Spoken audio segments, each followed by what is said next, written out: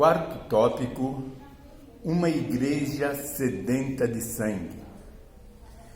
Por que o profeta se assombra ao contemplar tais ações da parte dos que se dizem cristãos?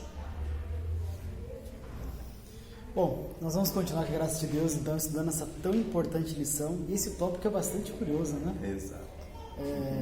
Logicamente, quando nós pensamos em cristãos, igreja, Exato. a ideia é que sejam pessoas pacíficas. Mas aqui já começa trazendo uma coisa bastante curiosa, uma igreja que quer sangue, que é a destruição de algumas pessoas. E tudo isso começa, quando a gente olha aqui em Daniel capítulo 7, no versículo 25, a última parte, quando a igreja tomou prerrogativa de alterar a lei de Deus, de alterar o costume da própria Bíblia, que o próprio Deus deixou ali, as orientações, mandamentos de Deus foram alterados. E aí o povo de Deus não quis aceitar essa alteração. Eram poucos, mas eram fiéis. E agora esse povo fiel, fazendo a verdade, fazendo o correto, era uma constante provocação e irritação para os que queriam fazer o que é errado. Então a igreja sim começou uma grande perseguição contra esses povos fiéis. O interessante é justamente isso daí. Em todas as épocas sempre ficou um remanescente. Sim, sempre né? tem. Sempre tem aquele pequeno povo que levanta a bandeira. Sim. E graças a Deus por isso, né? Graças a Deus. Graças a Deus por isso. Sempre tem os fiéis que se mantêm firmes. E essa perseguição aqui, ela durou um bocadinho. Foi de 1260 anos de perseguição, segundo diz a profecia. E Apocalipse 13:7 aqui fala que o Papai do Céu até permitiu que eles lutassem contra os santos e, de certa forma, vencessem. Quantos cristãos não foram mortos? Quantas pessoas fiéis, sinceras? Só numa noite, por exemplo, a noite de São Bartolomeu, mais de 80 mil pessoas foram mortas, massacradas. Tudo porque não aceitavam as doutrinas que não tinham base na Bíblia, doutrinas humanas.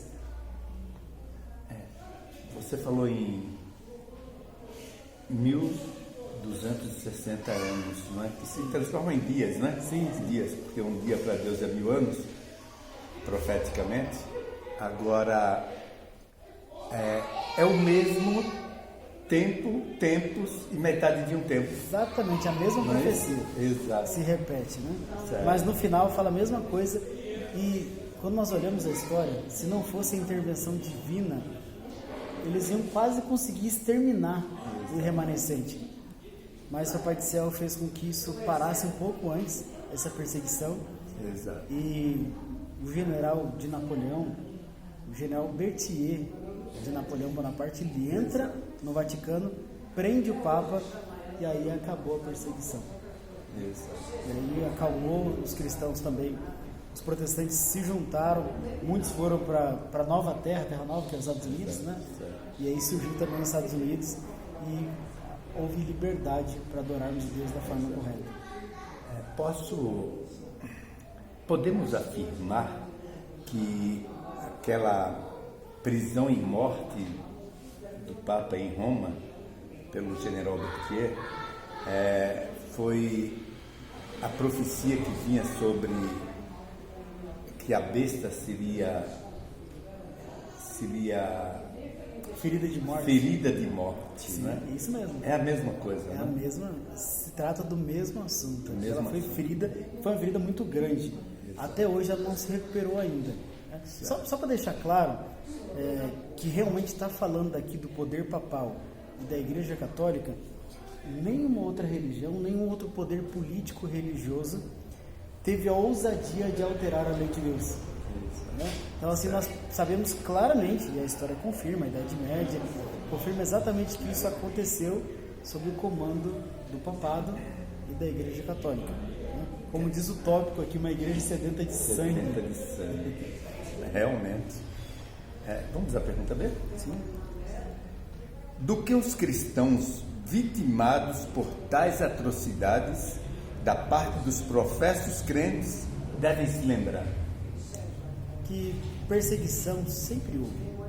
Sempre que uma pessoa se propõe fazer a vontade de Deus, você mesmo, Se você se propõe fazer a vontade de Deus, dentro do seu lar vai ter oposição, entre os amigos vai ter oposição. Qualquer pessoa, e o texto da palavra de Deus aqui fala: todos os que piamente querem viver em Cristo Jesus padecerão perseguições. O que é uma pessoa que quer ter uma vida pia? A piedade é o amor a Deus e as coisas de Deus. Quando você manifesta esse amor a Deus através da obediência, aquelas pessoas que não querem obedecer, elas se sentem incomodadas com aquilo. Então sempre vai ter perseguição. Sempre houve perseguição ao povo de Deus. Isso vai continuar acontecendo, em menor ou maior grau. Então nós podemos nos encorajar com essas palavras aqui, e que o Papai do Céu vai nos dar a vitória já é nossa através de Jesus. Justamente como você falou, né? A segunda parte nos diz assim: como isso lhes traz esperança, porque tudo já tinha sido escrito. Sim. Do que iria acontecer. Exatamente. Certo? E além disso, quando essa perseguição se intensifica, são sinais que Jesus deixou de que ele está prestes a voltar. Houve perseguição no passado. Nós estamos estudando aqui, foi uma perseguição muito forte, foi sangrenta mesmo. Exato. E a perseguição vai se instalar novamente contra o povo de Deus. A palavra de Deus é muito clara quanto a isso. E nós devemos nos encorajar, tomar fôlego, ter esperança novamente, porque isso é uma evidência de que Jesus está quase voltando, está muito próximo de voltar. Eu queria ler só uma partezinha dessa nota aqui. Lobos ferozes deviam entrar sem poupar o rebanho, mas nenhum desses eventos deveria trazer desânimo àqueles cujas esperanças focavam em Cristo. Exatamente. É muito importante isso, né? O inimigo introduziu ali pessoas dentro da igreja com o objetivo de desfazer da verdade e usar a sua influência com o objetivo de afastar as pessoas de Deus, né? Mas isso não deve tirar a nossa esperança e o nosso foco de Jesus, nunca. Até, se o irmão me permite aqui, às vezes nós somos tentados a vir à igreja e olhar para irmãos A ou B. Não deve ser assim, nós devemos olhar sempre para Jesus. Nós não estamos aqui pelo irmão A ou irmão B, nós estamos aqui por Jesus. Amém. A igreja, onde quer que se reúna, são de pessoas como nós, com defeitos, e junto nesse rebanho ainda, como diz a inspiração, que tem lobos ferozes, enviados do inimigo justamente para nos fazer desfalecer. E Paulo falou isso também, né? Que lobos ferozes que não pouparão o rebanho. Não poupam o rebanho. Então nós devemos olhar para Jesus, tomar alento. Tem até um pensamento inspirado que diz que quando nós vermos a situação complicando espiritualmente, é tempo de nós tirarmos calor da frieza dos outros, lealdade de sua traição. Nós vemos as pessoas fazendo errado, é o momento de nós nos apegarmos mais a Deus, porque é prova de que Jesus está voltando, né? E Deus utiliza todas essas dificuldades, todas essas provações para nos preparar para a vida futura. Lhe agradeço a participação, que Deus nos abençoe e que possamos sempre confiar na palavra de Deus, nas profecias. Amém. E vamos esperar Jesus nas luzes. Amém. Amém. Um ótimo estudo para todos vocês. Amém.